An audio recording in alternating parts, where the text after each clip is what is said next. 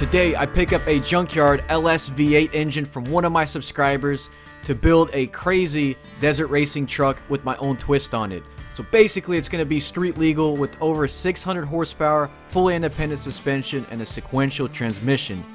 So first we got to secure all our tubing for this build, and what better place to do that than Fisher Steel. Wait, how do I start this thing? Is this an insurance liability? Probably. Yeah. Hey, you thinking to do a burnout?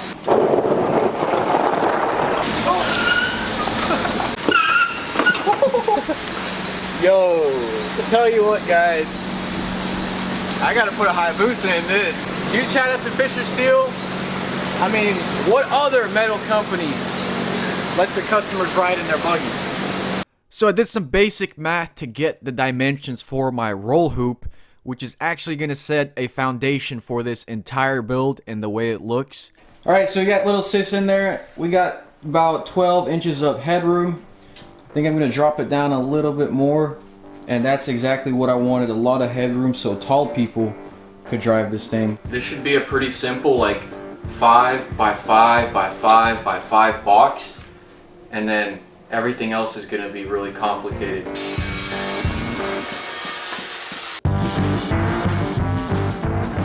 So I'm going to start by squaring our frame, making sure it's all equal and symmetrical. You know, you normally want to use a chassis fixture, but that's just way outside my reach. You can definitely do it on the floor of your garage. It's just going to take more time.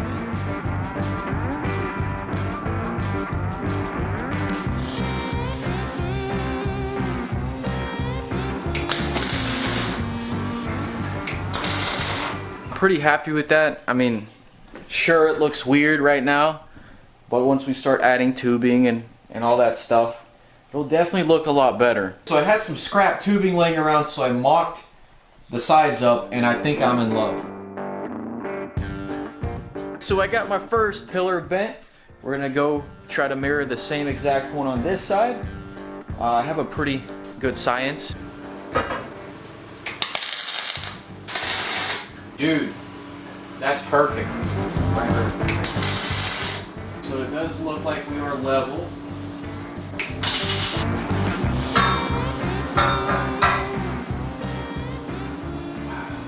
The cutouts on the seats measure out around 27, and keep in mind this is a full slider seat. I'm gonna use the reclining feature on it too, and so the bar right now is basically at 27. And the rule of thumb is you want it to be level with your shoulders.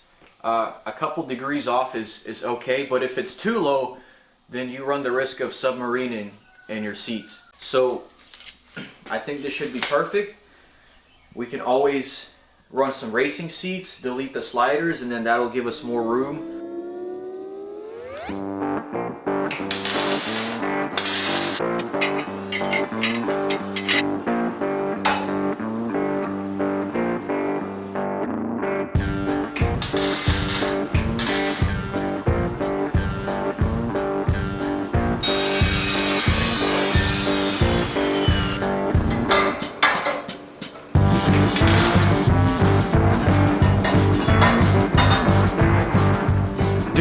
Look at that, guys. I am so stoked with how it's turning out. So we got this bar in right here. This is just a temporary bar so that we could get this thing level with that bar.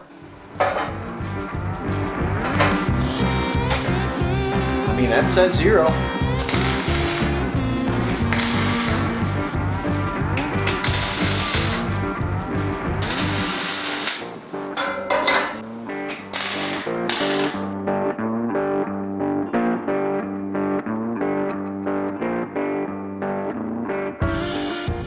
Right, so I kind of mocked up a piece of tube for the roof. I didn't want it straight. By the way, I did get a haircut. Yeah, I got this piece mocked up. Now we're gonna go ahead and bend it. And then we're still gonna do like, add 4 more bars up there at top to really make it strong. I'm just gonna add a little bit of tension here so that our roof bar fits in.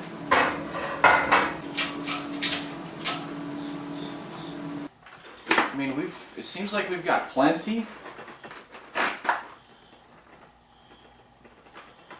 You know, originally I was planning on having a foot of headroom, but I ditched that because it looked ugly. If anything, I could just run some Kirky seats. They're very low, but I don't want to sacrifice comfort and space.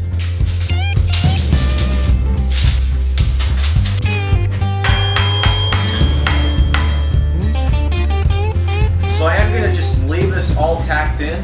When this thing is finished, I don't want to see a single MIG weld on it. I want to TIG weld the entire frame. But for now, I am just tacking it with MIG.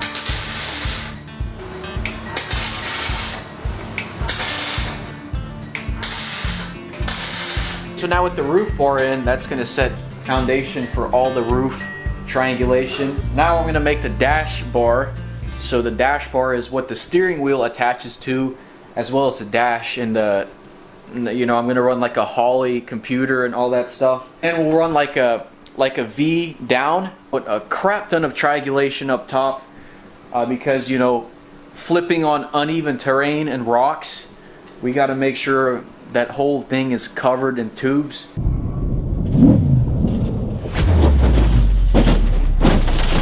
Overall, just fine.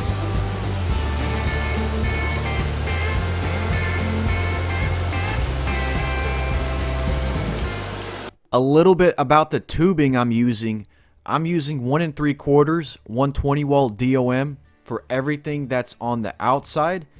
And I'm stepping down to 1 5/8 chromoly, 083 wall for a lot of the side bracing and paneling. And then I'm going to use some 065 where in places where it doesn't, you know, it's not going to see any impacts. Ideally, I would have used even 2-inch tubing, but the problem is I don't have a 2-inch die. Guys, I just released some fresh new merch, so check it out if you want to support this build. This is about $350. Heim joints. Ta-da! I paid extra for the Teflon lined and chromoly Heim joints, so no expense spared. This is only for the front suspension and the steering. We still have to do the entire back suspension, so you know, you're looking at $700 in Heim joints if you want to build something like this. Also, I got me oil pan. It's a lower profile oil pan. So that LS was originally supposed to be installed in my Miata, but I figure that's kind of overdone. I think the Miata needs like a Huracan engine.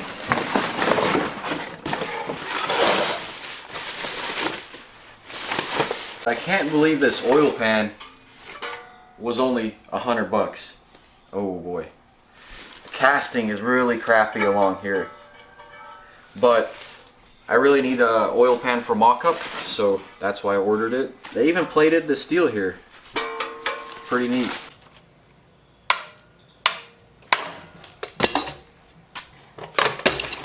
You know, as much as I love Hayabusa engines and motorcycle engines, this thing comes with an alternator, AC, power steering, so very handy stuff. Although I will be deleting the AC and power steering. I'm gonna go ahead and debulk this LS engine, make it lighter, take all the accessories off the headers.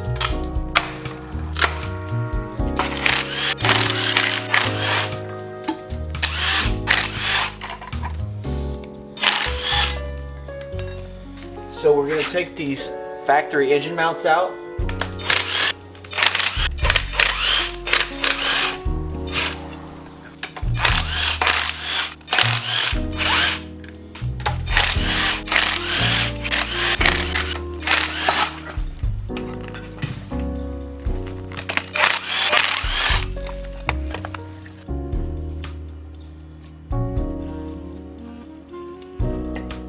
Well, we got to take the headers off.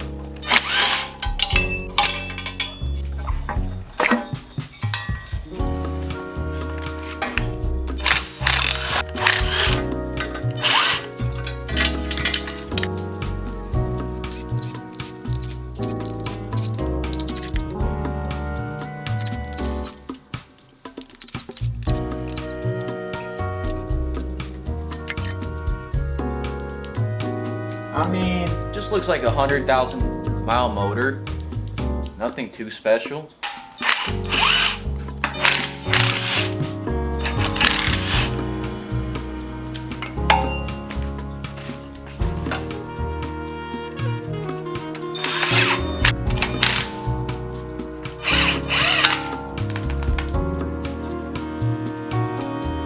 Here she goes.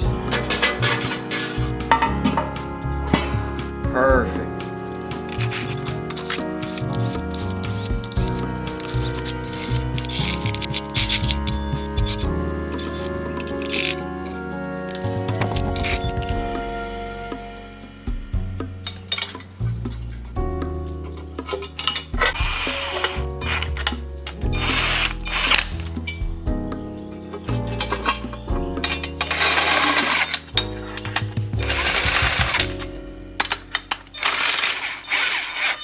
And that's all the junk I pulled off the engine, probably like 100 pounds. And I'm probably gonna scrap it.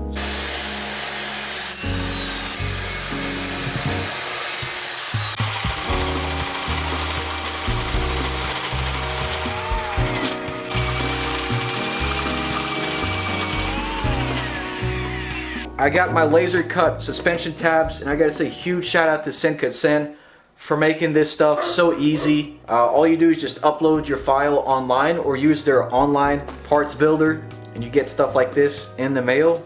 Super sweet. Check them out, and they're also offering you guys a special code.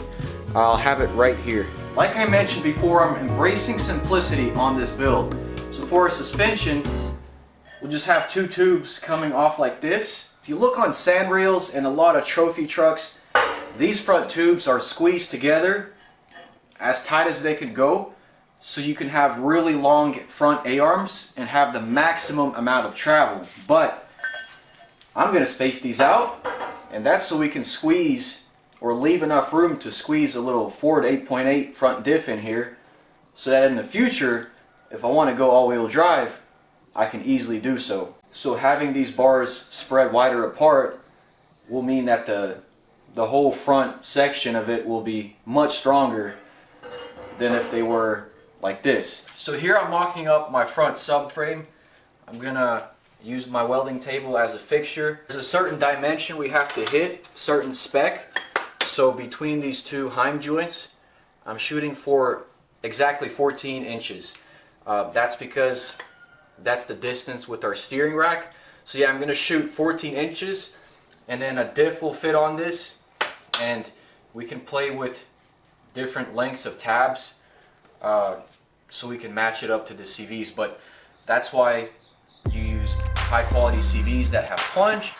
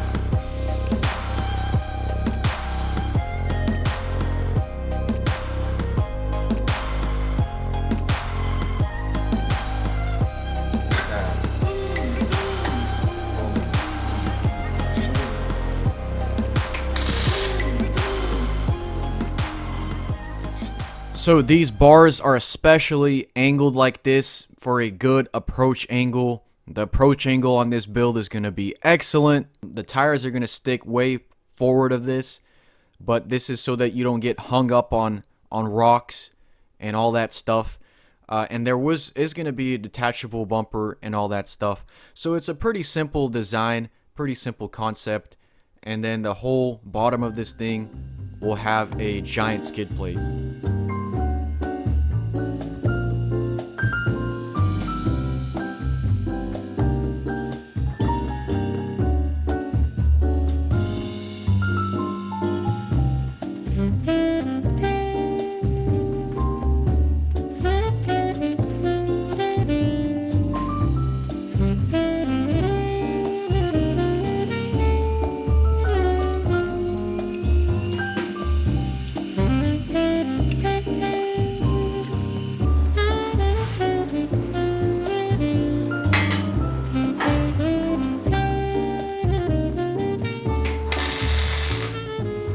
So basically, I gotta rake the subframe up 7 degrees.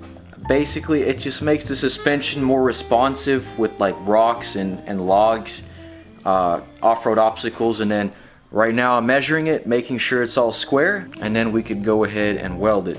So this engine measures out at about 29 inches. So check this out. So we've actually got way more than 29 inches here. We've got 3 feet.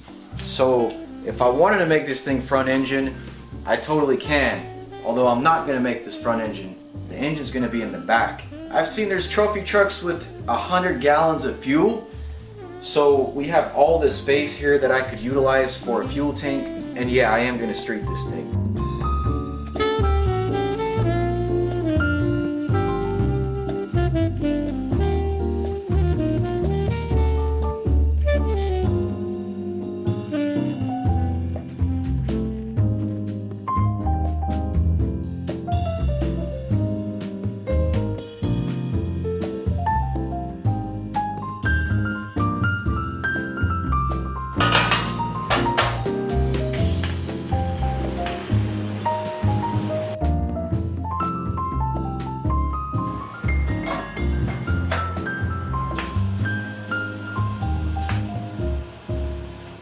Now I'm going to copy this to the other side. I want to go easy with the cross bracing for now because I want to pull this thing outside and see how it looks.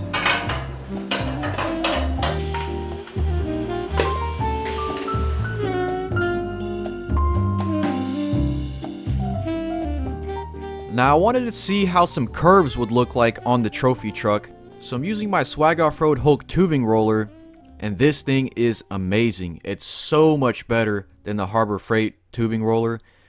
Like, this thing can actually roll some really thick steel.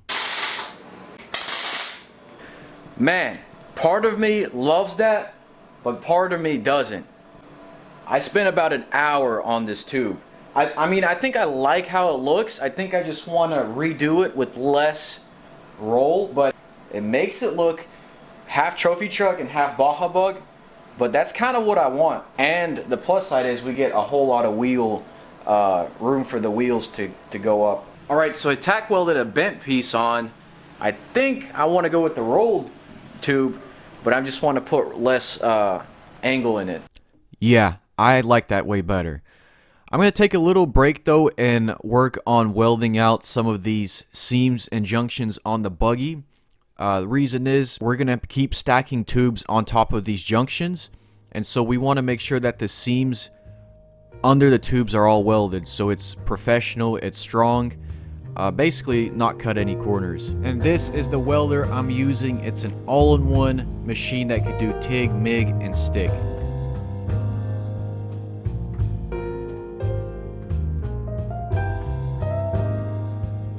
Alright, so I rolled my new piece and it's definitely a lot less rolled, so I think this will look better, but we will see.